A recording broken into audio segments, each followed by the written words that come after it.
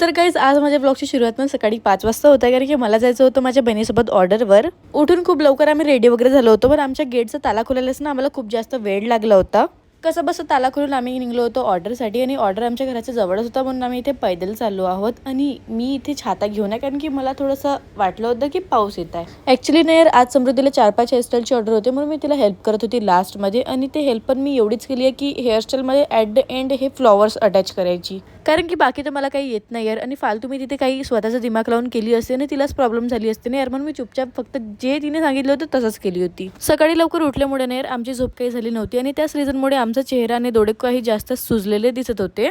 त्यानंतर यार आज घरी आली होती मैत्री, म्हणून मी तिच्यासाठी बनवली होती पॉपकॉर्न. तर गोष्टी करता करता आम्ही खाल्लो होतो पॉपकॉर्न, आणि त्यानंतर रेडी वगैरे होऊन आम्ही चालू गेलो होतो पार्कमध्ये, कारण की आम्हाला काढायचे होते फोटोज आणि व्हिडिओज. तर पार्कमध्ये गेल्याबरोबर आम्ही इथे करत होतो एक फिट चेक, आणि तिथे सर्वात बारीक तर भाई मी दिसतंय, सर्वात स्किनी मी दिसतंय. काहून असं मला नाही माहित, खैर का करू शकतो, सोडा त्या टॉपिकला. त्यानंतर आम्ही काढलो होतो फोटोज आणि व्हिडिओज, जे की मी माझ्या अकाउंटवर अपलोड करेल, तुम्ही नक्की बघून घ्याल.